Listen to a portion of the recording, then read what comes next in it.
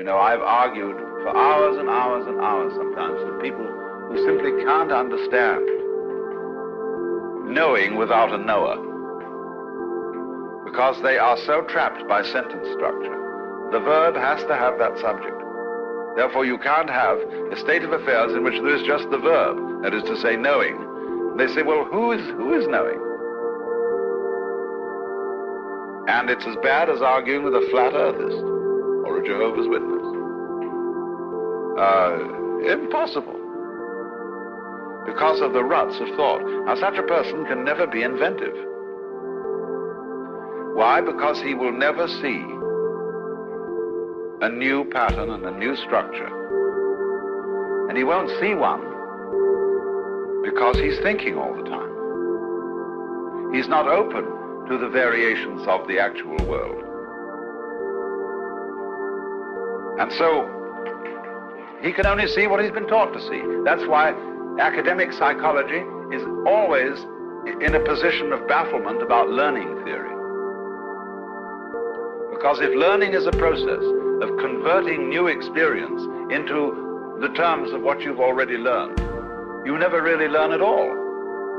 It's like, according to kind of a narrow-minded aerodynamics, bees cannot fly.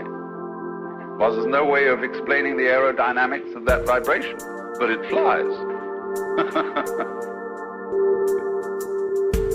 And you often come up against this when an inventor has an idea and all his colleagues say to him, oh, don't be silly. You can't do that. It just wouldn't work. Well, he says, I've tried it and it does work. Or they say, come on. And very often they won't even try. They'll just say it can't be done. You can get a fantastic dogmatism in the scientific world. And you have to be terribly careful not to upset certain absolutely fundamental, strictly prejudices, which are the result of thinking too much and of getting accustomed to the warm ruts of thought. And so you never could see the new. So this is the real meaning of an open mind. Not merely that you're a liberal sort of guy, but that you can turn off thoughts and yes, thus be turned on to reality. Thoughts, you see, belong to the world of symbols. What we experience with our senses is, of course, the physical world, the real world. You may ask me, well, isn't there also a spiritual world? But you must understand that the spiritual world is the same thing as the physical, when the physical is not confused with the symbolic.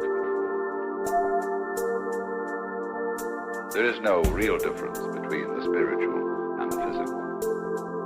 It's all one energy.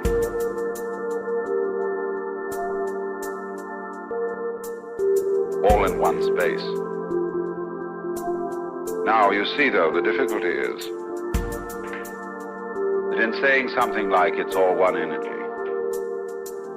this is really the point. I mean, if you understand that this whole universe is one energy and you're it, you don't really have any much in the way of further problems.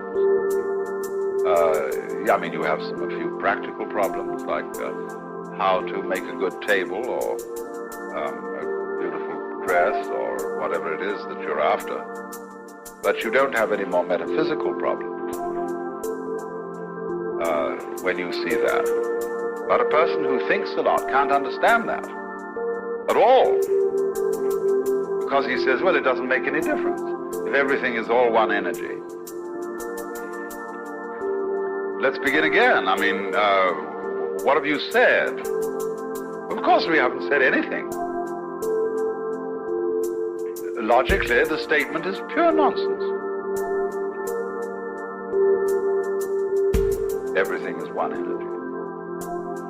So what? But that's only because the person who has received this communication has had it only as a thought. And as a thought, it's again like saying, there is paper under every word on this page. And thinking that that means that paper, paper, paper, paper. But when this is something that emerges from not thinking, and when you see that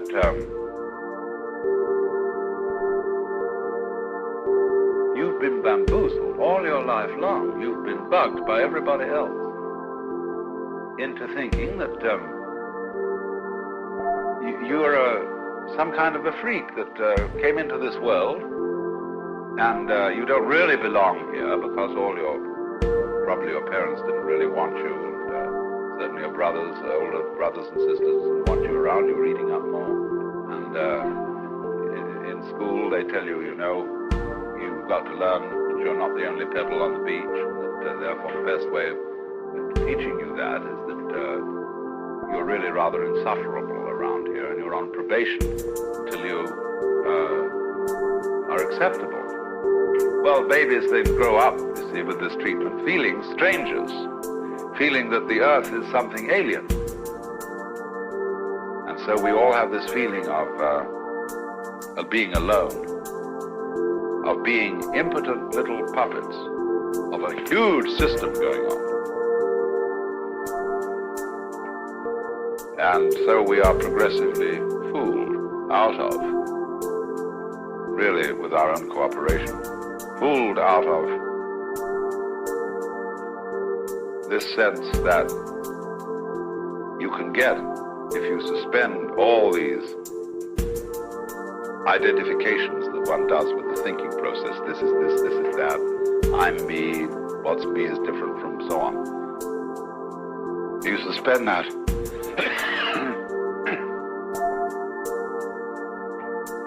You see not simply that all those problems and all those definitions of who you are were unreal.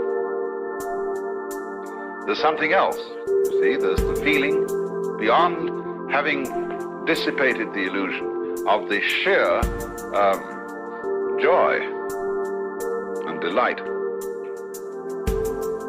of this one energy now is realizing itself as you. And how nice that it won't always be doing that, because that would get boring. It'll go like this, you see, and it'll be a different situation altogether. You'll run into a brick wall, and before you know where you are, you're going beep, beep, beep, beep, out of an eggshell. The whole thing is flipped, and you're doing on another track.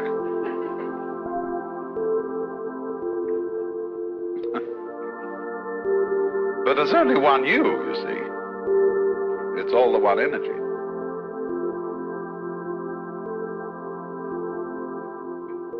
But this is, as I say, difficult to understand logically if you don't understand it experimentally. If you understand it experimentally, it's perfectly clear when somebody says everything is one energy. You say, of course.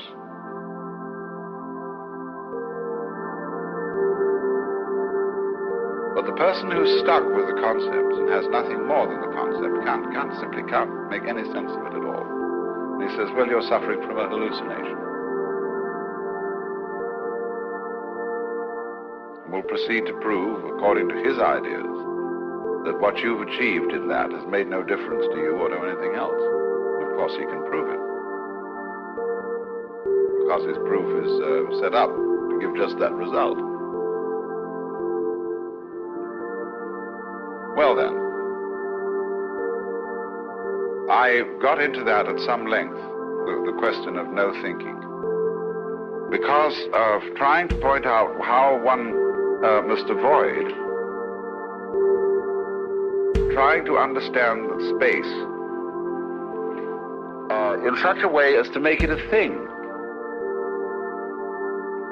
like a box, you see, which contains all the objects in it. But a no thing, like space, is at the same time in cahoots with things. They are two aspects, two poles, two terms of the same one energy.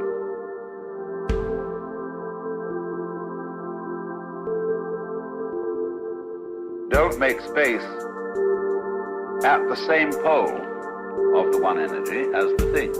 It's the opposite pole.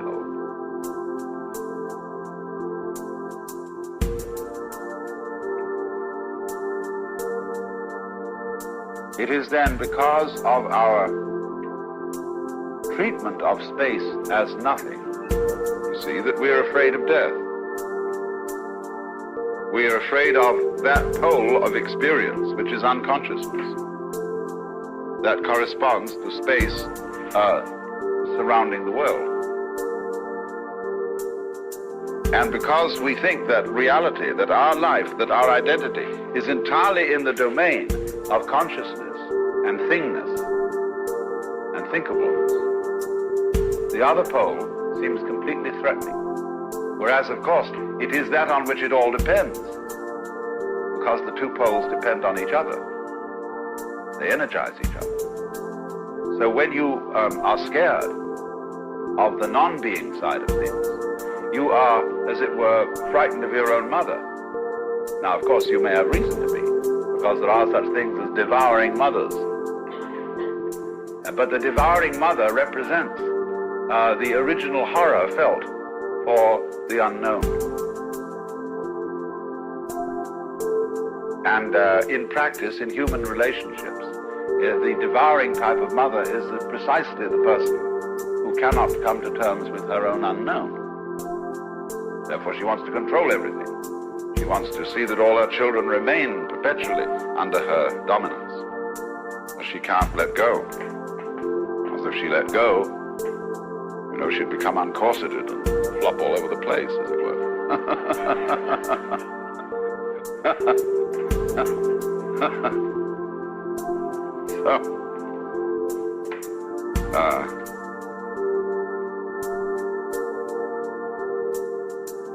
She becomes the devourer. But you always conquer the devourer by dropping into it.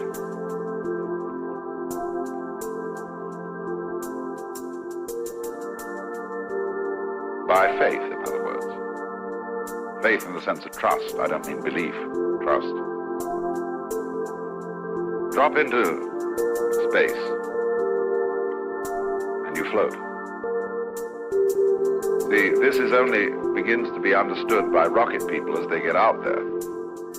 We're going to have, I don't know how the psychology of this is proceeding, but we're going to have an awful lot of people getting out in space and not wanting to come back. Because when you're in orbit and you float, very interesting sensation.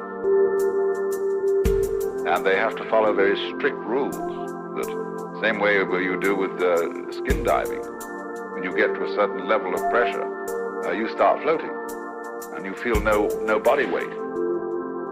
And you have to absolutely keep your will going. When the watch says a certain thing, up you go. Orders is orders, you see. Otherwise you drown in great delight and bliss.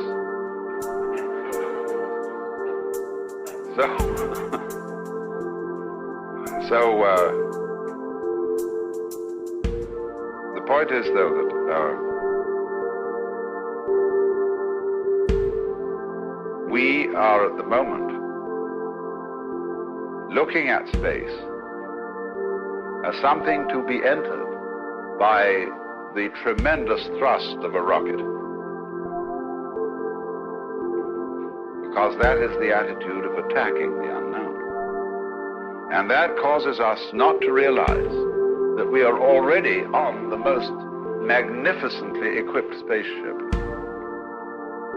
which could hardly be improved upon. It has got a source of temperature and energy just at the right distance from it. It's beautifully equipped with oxygen, with food supplies, with all kinds of delightful things to do while on the journey. and it's traveling through space at a colossal speed. And it's called the planet Earth. The art of exploring from the planet Earth depends not on conquering space with rockets and bombs, but on developing greater sensitivity in the place where we are. Lao Tzu said, "Without going out of my house, I know the whole universe." So by clumsy beginnings of this sensitivity are seen in radio astronomy, which instead of trying to leap out of the world, it stays here and gets more sensitive. And eventually, I feel that we shall discover each one of us have inside our heads a radio astronomical contraption of great subtlety. And we shall eventually, the more we use instruments, we shall begin to watch a process which I will call etherealization. What at present we call miniaturization is connected with this. Miniaturization means that electronic equipment becomes smaller and smaller and smaller until what was originally a great box like this becomes a tiny, tiny little thing. Little tiny cell. And so in the same way, as certain techniques advance, all kinds of joining lines like wires begin to vanish. See, when radio substitutes for the telephone, all the wires vanish. When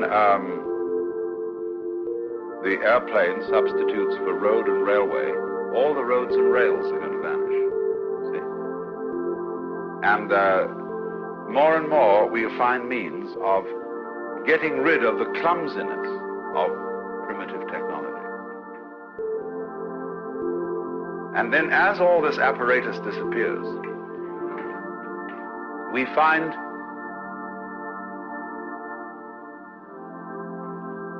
that we are moving in the direction of having it all in our own apparatus, just like dolphins have sonar, homing pigeons have built-in radar.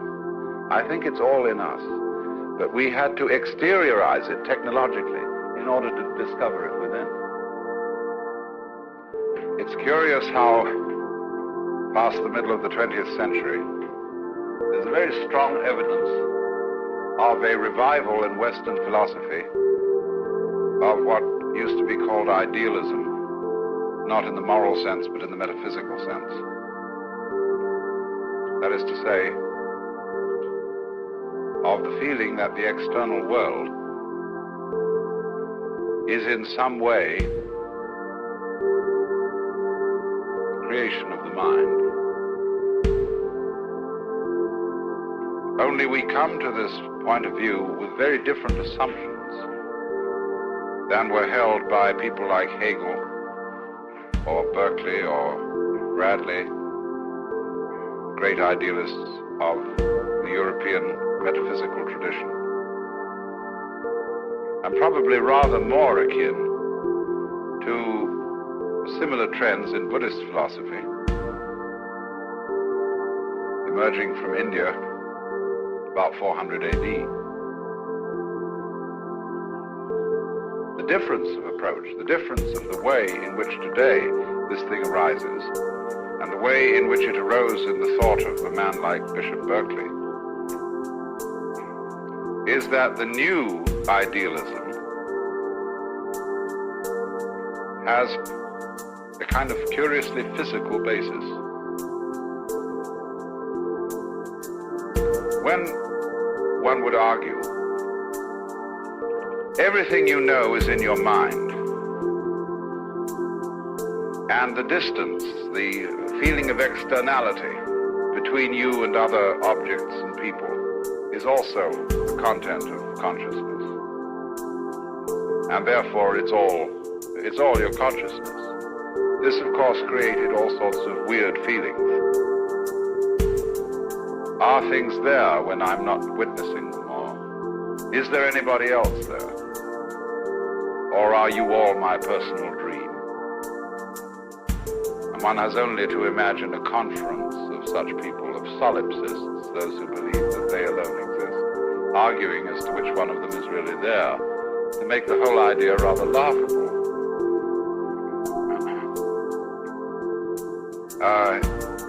And furthermore,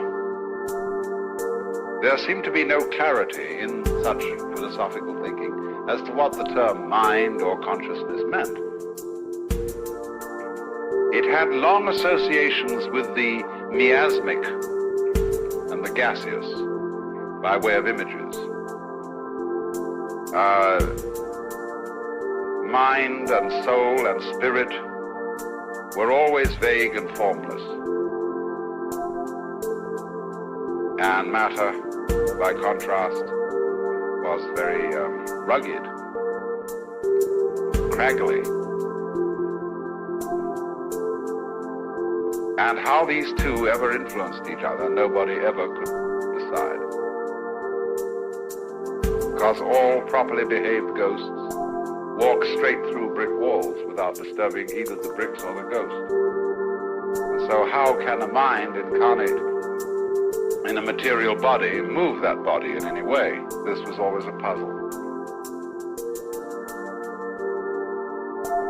So people began to think that the differentiation between mind and matter was of no use. Because actually what happens in making such a differentiation is that you impoverish both sides of it. When you try to think of matter as mindless or mind as immaterial, you get a kind of a mess on both sides. It's the same way when you get a mystic who's not a bit of a sensualist, and a sensualist is no whit of a mystic. Such a sensualist is boring. Such a mystic is a fanatic. Too spiritual. It's the same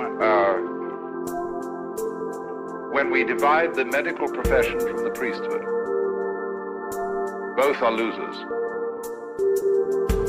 Not just because they lose their so-called opposite half, but the problem is when you separate a doctor from a priest, you do more than create a specialization out of what was originally one field. You create two specializations. Because a priest-physician is more than a priest plus a physician.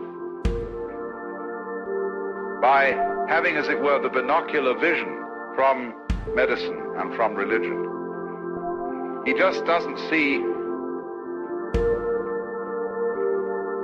two added areas. He sees the area in three dimensions as a result of this combination. Well, in a similar way, when we have the concepts of mind and matter working separately, both are impoverished. Mind becomes vague, kind of gas, psychic gas, and matter becomes mere stuff. But you see, what has enabled us to make a transition is, first of all, above all, I would say, two sciences, biology and neurology. Because through biology, and to some extent physics, the method of physics has shown us that the idea that man can be an objective observer of an external world that is not himself, so that, as it were, he can stand back from it and look at it and say, what is out there? We see that this cannot be done.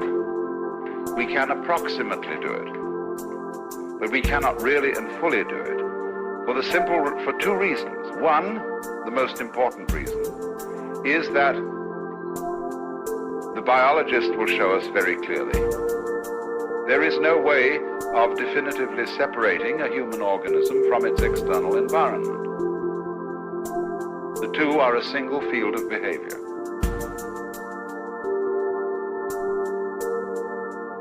And then furthermore, to observe something, either simply by looking at it, or more so by making experiments, by doing science on it.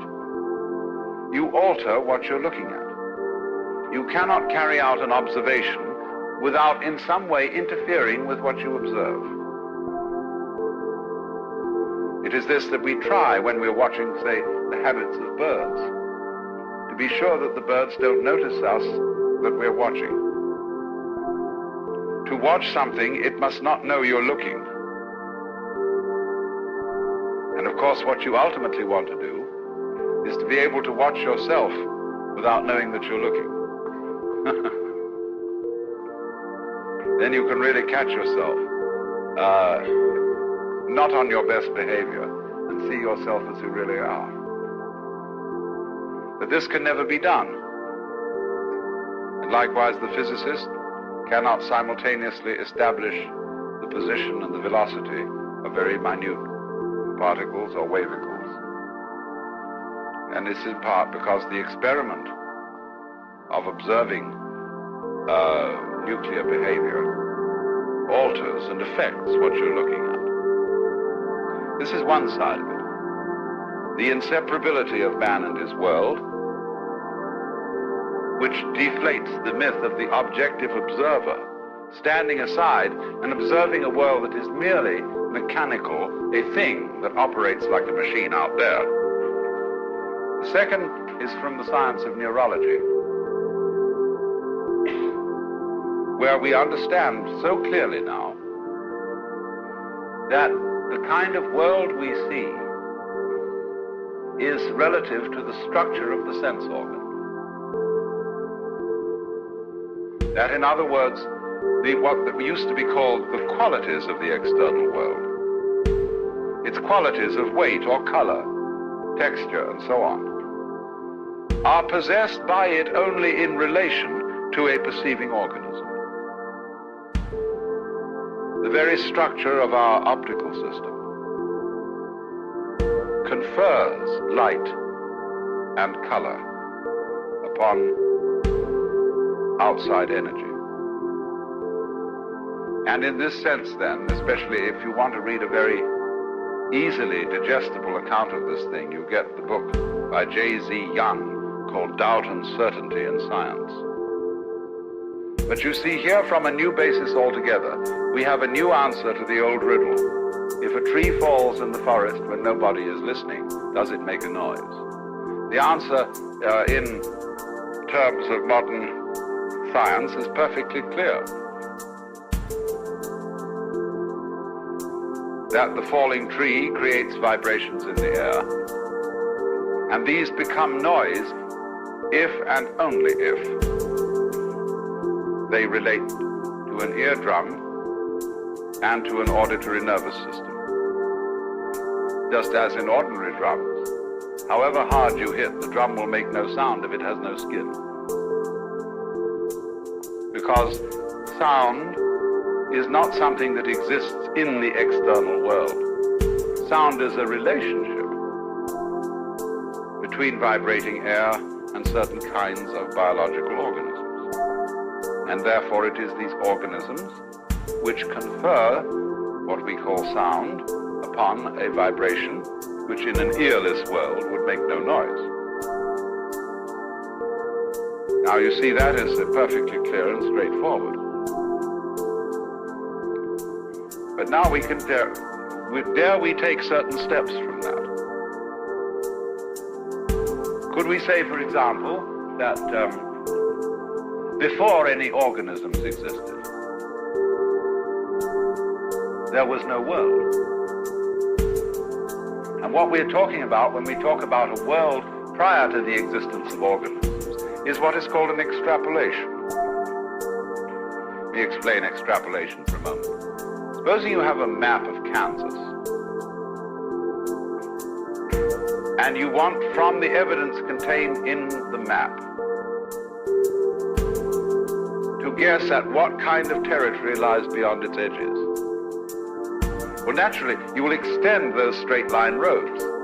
off and off and off. That's the only basis you've got to go on. Nothing in the map of Kansas would warn you that a little way west you will encounter the Rocky Mountains. The roads will have to wiggle. And still less will warn you that you're going to encounter the Pacific Ocean way out beyond, where you can't build any roads. So naturally, you see, in extrapolation, we extrapolate from what we know to the unknown. And so one might say then, is the existence of a universe before there were any living organisms an extrapolation? All we are saying is this is how things would have been if we had been around. But we weren't, so it wasn't. That is a possible argument. Although in the climate of opinion today, it is one that is not fashionable. You must watch out above all for fashion in philosophy, fashion in science. There are completely irrational functions that govern what is or what is not a respectable scientific opinion. And although there is very careful work done, very valuable and thoughtful experimentation, always in the background of this work, there are these irrational fashions of what is believable and what is not. Many things that we accept today were completely unbelievable. We are always coming across this. Authoritative pronouncements that no one will ever reach the moon because of uncontrovertible evidence about this, that, and the other. But nowadays, we have swung over perhaps to be a little bit too uncritical. And as Norbert Wiener warned in his book, The Human Use of Human Beings, we must not take science as a sort of fairy godmother. Say, well, we have all these problems of overpopulation and lack of water and so on, but science will solve it, don't worry. See, that's the other extreme. But there are these fashions. So the idea that the world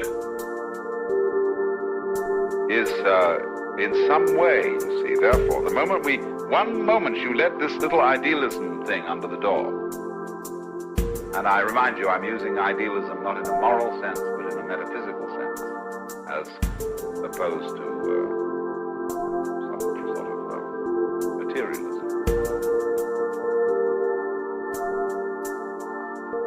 Now, the moment you let that in under the door, if I can possibly realize that the way the world is evoked by the structure of my organism, it is that way. All mountains and suns and moons and stars are the inhabitants of a strictly human world. Perhaps insects, with their different sense organs, have a very different universe, and that is an insect universe. This is, again, it seems to be a recrudescence of what used to be called the pathetic fallacy, which was the attribution of human qualities and emotions to natural phenomena. The wind sighs in the trees. My heart is sad. And somebody comes along and says, it isn't the wind that's sighing, it's you. True and not true. Because you wouldn't be able to sigh if there were no wind. And you sighing and wind blowing go with each other. I've invented this new word, go with, G-O-W-I-T-H, or goes with.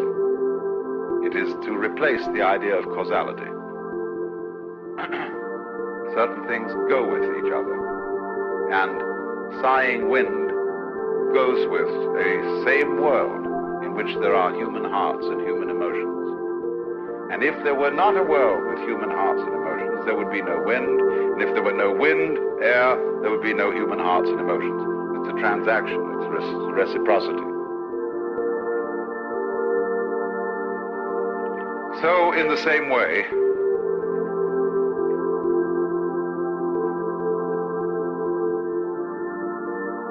every event, then, in the external world is as dependent on the observer for its happening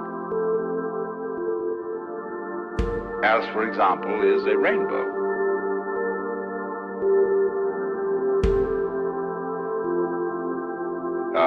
You can say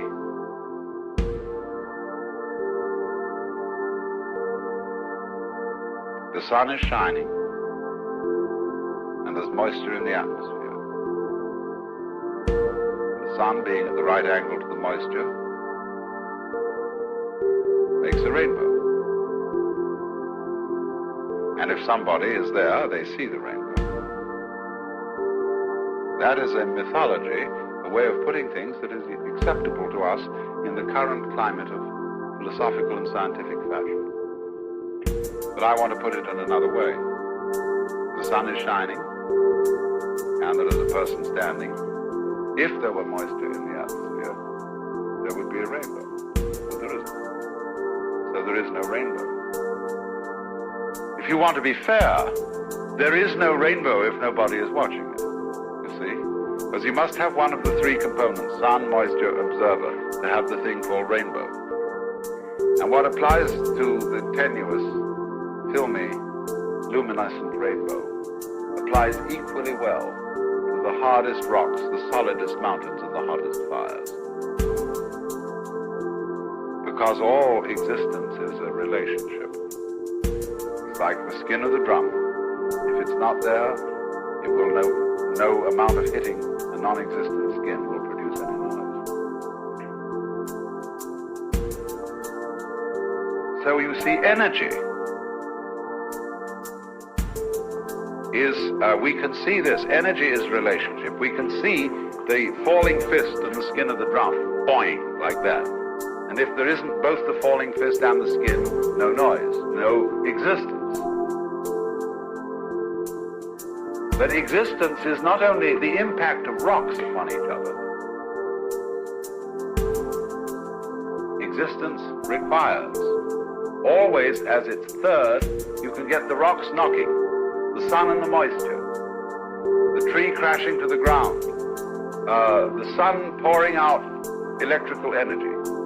But none of these things constitute existence until related with the neurological complex. Then you have to look backwards and say at the same time, the neurological complex belongs to the same world as the sun. It's a physical pattern, physical behavior, physical energy.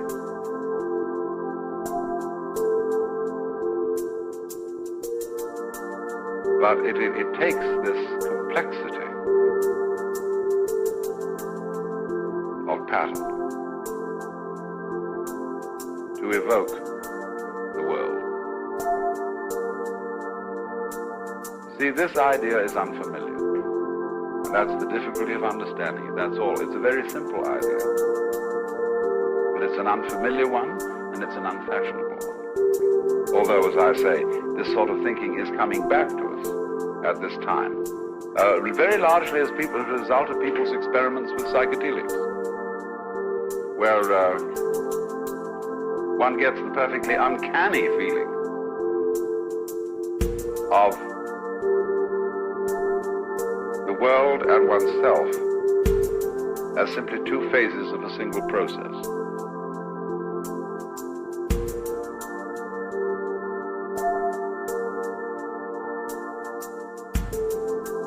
Well, as the rainbow metaphor illustrated, we arbitrarily favor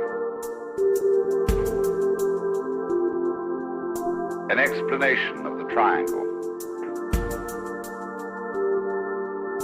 the impact of energies in the external world, and an observer of this impact, which, as it were, energizes or realizes them, makes them real.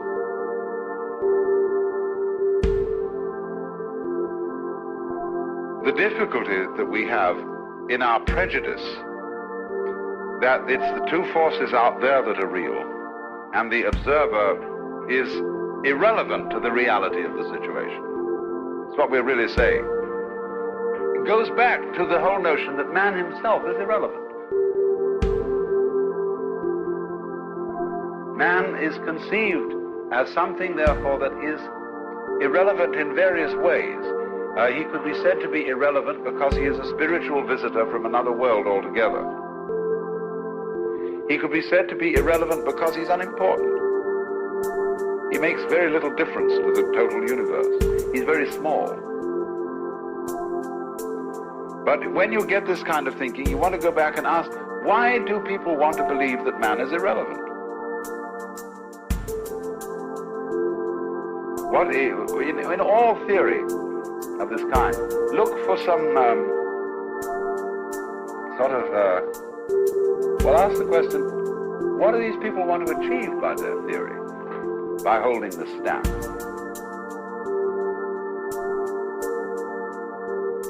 And it was fashionable in the 19th century to look upon man as irrelevant. For some very sound political reasons. I may sound a little bit like a Marxist in saying this, but it's when you're on the rampage,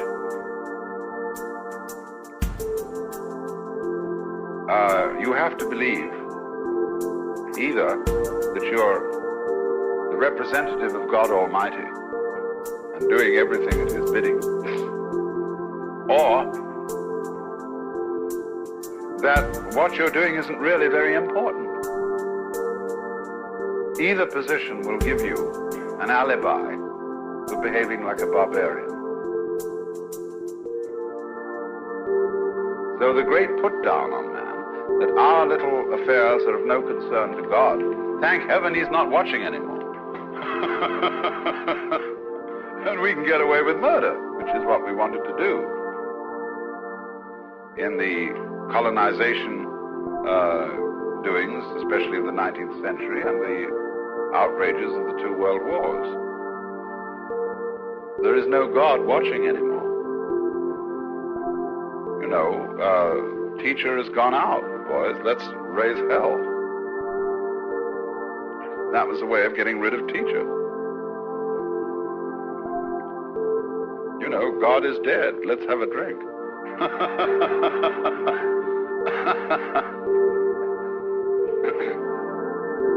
And as a result of this, you see, it became so fashionable to think of man as a merely unimportant little victim of the cosmic trap, that for a while Western man lost his sense of the dependence of what the Hebrews used to call, he lost his sense of man's position as the head of nature.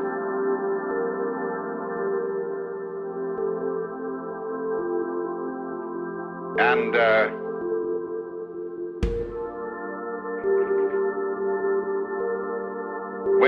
when you hear today people's comments on that old myth of man as the head of nature, they come back in a very funny way. They say, oh, that's the most conceited point of view.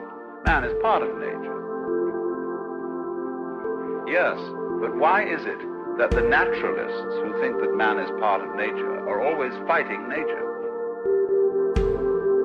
Because they don't understand what it means to be the head of nature. Every creature is the head of nature in its turn. And we all take turns, because it's taking turns that makes the world go round. Every creature in its turn is the head of nature, because each creature creates the world in its own image.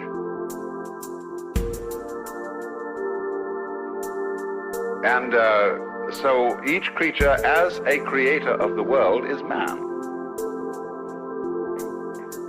Man simply means the middle position. This is the whole idea of man. The middle way, the mean. And so wherever is the central point, that is the point called man, just as you are the center of your universe. And as the astrologers explained, that when you wanted to draw the map of the soul, you took the center point occupied by the individual organism. In other words, a date and a time. That gave you a latitude and a longitude. So in relation to that date and time, how was the universe arranged shows the map of the individual soul. Because the individual is the whole universe considered from this point of view, or focused at this point of view.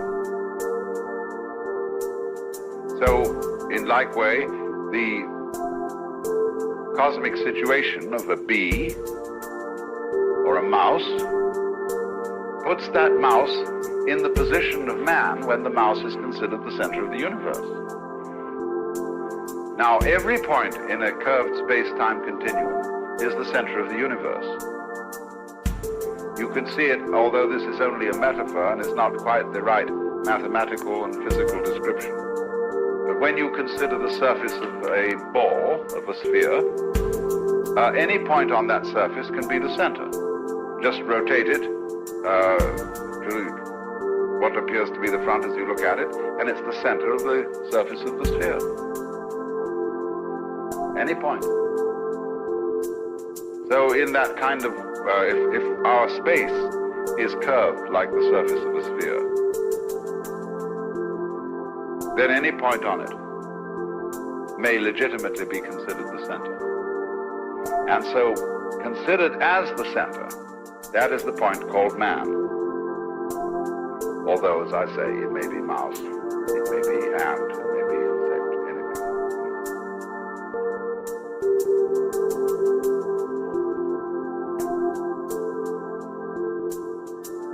But this becomes inconceivable and unimaginable to individuals who have no experience of themselves as center. And people who insist on the idea of being an objective observer, of standing outside and watching the individual, the world as a kind of television screen or movie screen upon which there is a distant panorama of passing events. That person, by adopting that position, has excluded himself from the feeling of centrality. In fact, he rather looks down on the feeling of centrality. He says that is the egotistic situation. You think you're the center of everything. But you know, you may call it all sorts of bad names. You may call it the egocentric predicament, but that's the way it is. And it's much less egocentric to accept it than to say, well, I'll go off and play my own eccentric game as an objective observer who is a sort of controller outside the world in that qualitative sense in which the monotheistic God is said to be outside the world.